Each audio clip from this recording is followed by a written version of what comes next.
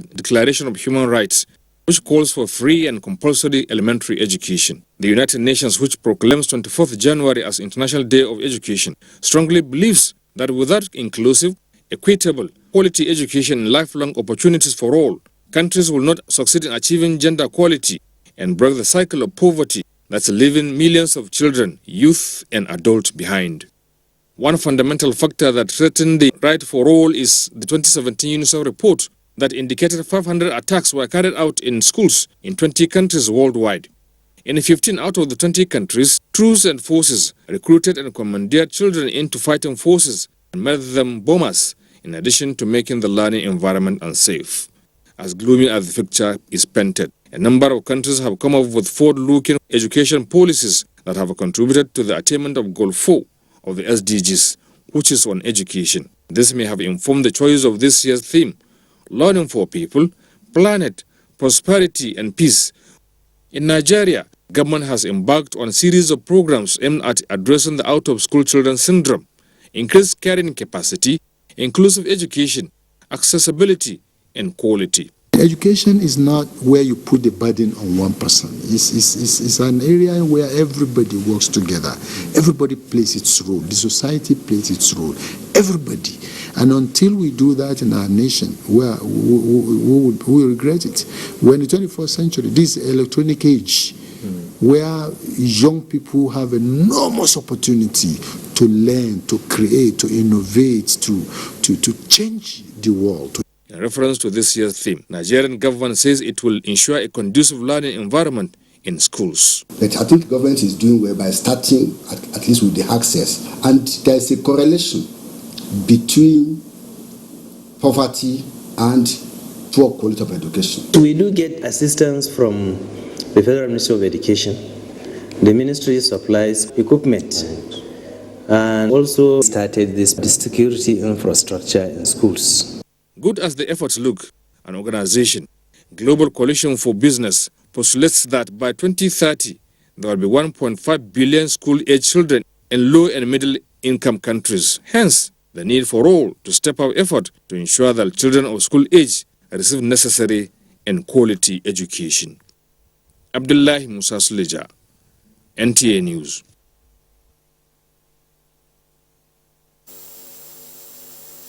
Whereby now that the theme for the celebration of the International Education Day is People, Planet, Prosperity and Peace. We will now join our correspondent, Muhammad Ibrahim, at the Government College Maiduguri, where development partners and other relevant stakeholders in Borno converge to mark the day. Hello, Muhammad. How is it coming up there?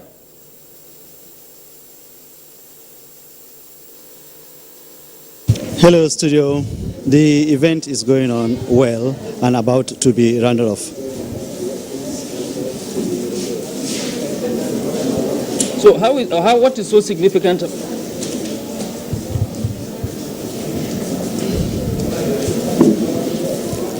Okay. The significance of this event is the development partners. The development partners, in collaboration with the state and federal government, are trying to coordinate efforts towards improved intervention in education of children. In this part of the country, in this state, for instance, it is said that 1.2 million children are out of school. And this event here is an art exhibition by students, pupils of selected schools, who have come to show their interests. And right about now, I have one of the students, Elizabeth Lawan, who before now made a presentation. Can you tell us your name and what your artwork is all about? My name is Elizabeth Lawan Abaji. I'm from Government Girls College, Maiduguri. My artwork is talking about education brings justice. As you can see this picture clearly, there are three things here: book, a lawyer, and a scale. This book represents education, while a lawyer, she's a judge, she's one that justifies that judges, and the scale carries the weight of peace and justice. Education brings justice, education brings development, education brings peace. I want to be a lawyer in the future to get my people, to help my people get justice. Peace is something we cannot see, we cannot touch. People are looking for it, but it's inseeable. We cannot get it in the market, neither in the industry, and it's not for sale. Then where can we get it? Education gives us lasting peace, not only in Borno, but also in the world. Let us embrace education. Education is peace and justice. Thank you. Thank you, Elizabeth. Well, studio, you've heard it from one of the students here who made a presentation. Yes, Mohammed, I'm still with you, Mohammed. In view of the concerns that people have expressed with regards to the situation in Borno, that is the security situation, is there any significant declaration by these development partners? Yes. That is what you have heard. Yes, yes, very true. Actually, indeed, there was a declaration, and the officials of from the government circle were here, and then in collaboration with development partners, made a declaration with interventions in about 9 local government areas. To speak more on that, I have Rachel from Plan International who will shed more light.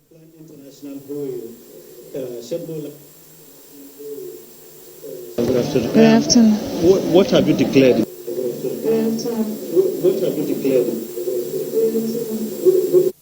Plan International are implementing an EU-funded project where it's actually a consortium where 3, Plan International, Save the Children and Jeopardy, and we want to help assist in a way that we can for the education. We are renovating schools, we're constructing gender segregated latrines, we are strengthening the SBMCs, basically a lot of activities. We have a lot of activities we're going to be carrying out in a 3-year span to encourage education. All right. Well, it seems in this part of the country, there is encouragement for promoting of education. See a lot of intervention from development partners who are collaborating with government to reduce the number of out-of-school children. Okay, thanks, Mohammed. Thanks for being there. Well, I am being joined in the studios right now by the Commissioner for Education, Ministry of Education, Benue State, Professor Dennis Itiavia. Sir, it's good to have you in the studios to discuss education as it were. Thank you. Now, for starters, sir, let us know, why is it significant for us to have a day in the year so that the whole world celebrates a day for education? Well, thank you very much. We know that education is the center of all forms of development.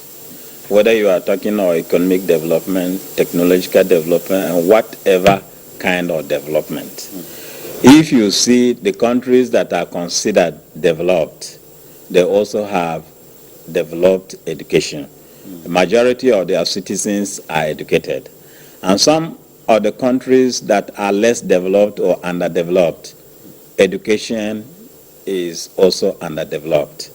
And that is why it is very important to put a day aside to create awareness. People will know that education is very important for our everyday life and especially for our development.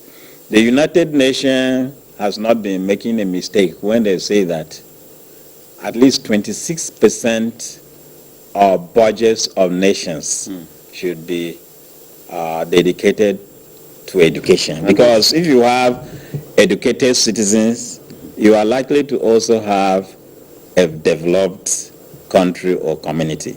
Okay. Now, looking at the theme, learning for people, planet, prosperity, and peace. What do you make of it? Well, education is at the center of all this. Where people are not educated, there will be anomie, knowledgelessness. They will not know about law. There will be chaos. There will be instability. So there is a link between education and peace. Okay. And then prosperity. The poorest countries in the world have the lowest level of education. When we talk about several millions of people who are out of school, these are coming from countries that have low education and have low development. When we talk of poverty and we say that Nigeria is going towards that, we are saying that because the level of education in Nigeria is also becoming a concern. That is the number of people who are going to school and the percentage of those who don't go to school at all. Okay, so looking at some of these statistics you are giving us, we know that Article 26, for instance, of the Universal Declaration of Human Rights calls for free and compulsory basic elementary education. Yes. But you will agree with me that that doesn't seem to be the case. What really is happening to hamper such? Because you find out that people would prefer, for instance, to send their wards to private schools. Yeah, well, your question underscores the importance of having International Day for Education. Mm-hmm. There are many people who are not aware and underplay, even people in government. Yeah. As I was talking about 26% budget, what budget do we have for education in Nigeria? It's around 10%. Mm-hmm. And in many states, people do not take education as a priority, even though the United Nations and governments all know that education is very important. Now, the challenge we have now is that everywhere where there is recession, the social sector will always suffer. And that is precisely what is happening in Nigeria. You recall that when someone completed primary school in the 50s and 60s in Nigeria, the person will be very good. Okay. He will speak English, he will write, and so on. It is not so, because the amount of budget devoted to education sector has been going down and down and down. Okay. So that when we have this kind of recession, the governments will not put enough money. We need much more money. Like here, we have put about 14 billion in the education sector, especially the primary sector, the basic education only in Benue, because we have no, for the last 4 years of the Governor Otom administration, we have realized that if people are not educated, the state will not be developed. And so our priority has been education. That is why in the basic foundation, and Governor Otom came with this aphorism that he will make education strong at the tertiary level.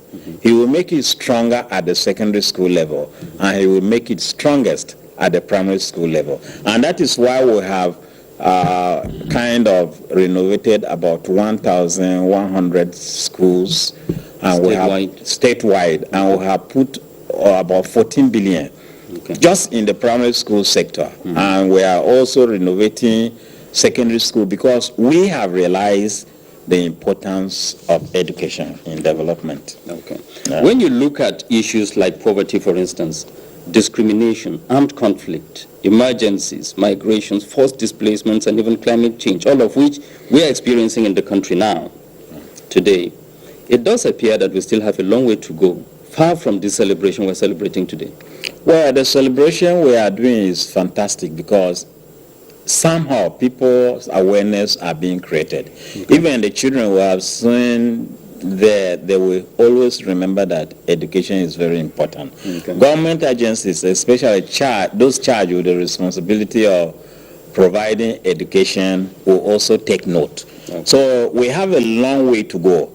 But one thing we must emphasize is that our governments must increase the budget. They must also appoint appropriate people who love education and who can plan education, so that we don't have the 11 million children we have in Nigeria who are out of school.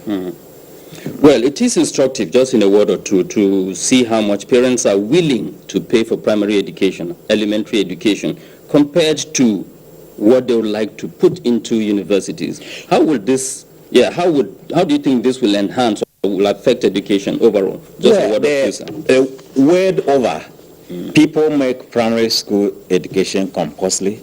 They make secondary school education compulsory. And when you go at the university level, you can pay. Okay. Now, in Nigeria, I think that the policy needs to change.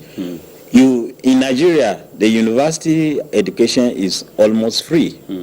And then primary school and secondary school, primary school is free, but secondary school is being paid for. That's not how it should be. We should put emphasis on primary and secondary education. Okay, I would like to thank you most sincerely, Professor Denis Etiavia, for making out time to be part of Panorama this afternoon. We're actually grateful for your coming. You are very welcome. Thank you very much. The Benue State Executive Council has approved the conversion of Akawe Tokola Government College of Advanced and Professional Studies, Makudi, and Akperan Oshi College of Agriculture, Yandev, to polytechnics.